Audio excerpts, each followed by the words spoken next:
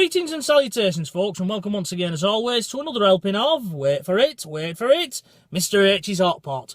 You join me today, sat in the old jalopy on what's shaping up to be a very nice day out there, and I may go and stretch the old legaroonies afterwards. But for now, I'm going to be doing a bit of a follow-up video to a video that I did a couple of days ago, but I've since removed from my channel.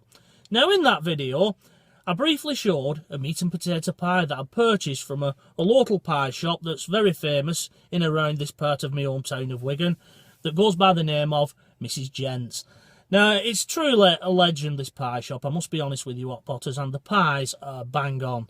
Well, I showed it briefly, and then I just went on to the subject matter of the video. However, one or two of you noticed the pie and you said that it looked delicious and it looked gorgeous and what did it taste like, etc, etc. So I've decided to come here today and go back to Mrs Gents Pie Shop, any excuse to go back for a meat and potato pie, to be honest, hot potters, and review the pie for you. Now, I didn't want to do a review of this particular shop simply because it's already been done. A YouTuber that was native to my hometown of Wigan had already done it, and the video went a little bit viral for him. I think the Lad Bible website got hold of the video and it just sort of catapulted him up there, and he ended up with lots of subscribers and it did very well for him. I didn't want to sort of plagiarise his video, so I didn't bother reviewing it. However, when I've gone back and had a look, it's now 10 years ago since he made that video, and he no longer lives in Wigan. He's since moved on to pastures new and green, and good luck to him. So I think I'm okay doing this particular video. I don't think I'll be plagiarising, given the circumstances. However, should he see this video in the unlikely event that he does, I hope he doesn't mind. Now, Mrs Gents Pie Shop, I first became aware of it in 1997, way back when I was flashing the old silver blade as a bricklayer, working in construction. I worked for a company at the time called Standish Property Services. SPS the Craftsman, that used to be the slogan. And one day the boss came in, who looked a little bit like Don Revie, or Don Revie, the famous football manager from Leeds back in the 1970s. We love you, Leeds! Leeds! Leeds! Da da da da da da.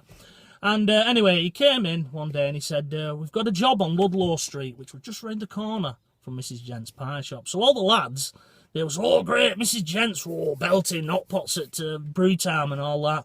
And I was looking round like, what's Mrs Gents Pie Shop? Because I come from the other side of Wigan to Standish. And they all said, oh, you'll see. Bring your money in next week once we break ground on that job, and you'll not regret it. And indeed, they was correct. I was converted straight away, hot potters, and I've never looked back since. Anyway, enough of my memories of 1997 and waffling on. What you want to see is the pie, don't you? That's what we want to get into. So I'll do that for you now. Now, a true Wiganer, hot potters, does not need a knife and fork to eat a pie. They can eat it with the bare hands, basically. They don't need any utensils. However, because I'm going to be reviewing it and showing you what the filling is, etc., I brought along a plate, and I brought along some plastic diggers. So, for the purpose of this video, I'll be using these. But as I say, a true Wiganer does not need knife and fork to hold a pie. I certainly don't, anyway. So, we'll take a look at this pie. Get it out here. Da da da da da da da. Look at that. Gorgeous, isn't it? Gorgeous. Now, first of all, looking at it, it's excellent. It looks tasty, and my old tummy is grumbling just looking at it. I'm going to break ground on it now. I'm going to cut it for you, and we'll take a look at the filling. Just look at that. Just look at that. And there we have it, hot potters. That's the filling, as you can see. Now, the first thing that I like about this, looking at it, the pastry is not too thick. There's nothing worse in my mind than buying a pie from usually one of the big name pie shops. I won't mention them on here because I don't want to get sued. But you find out that they build like a dry stone wall of pastry inside a pie tin, don't they? And then just put some filling in, which is usually big chunks of potato. Mrs Gents hasn't done that. You know, like I say, a filling here and his crust is just about right. I'll get a little bit of the old filling for you so you can see.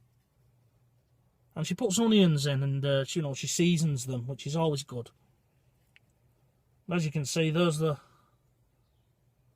old filling. Not too much potato, quite a bit of meat in it. So that's another tick in the right box. I'll just do the old taste test now. Proof of the pudding is in the eating, isn't it? I once got accused when I did a video of a Fred Dibner pie of not eating it. So I'll actually eat this one for you. Lovely. It's just cooled down right. The temperature's just right on it as well. But yeah, it's absolutely gorgeous. It's fandabidosi, as the crankies used to say. And there's some of the pastry for you.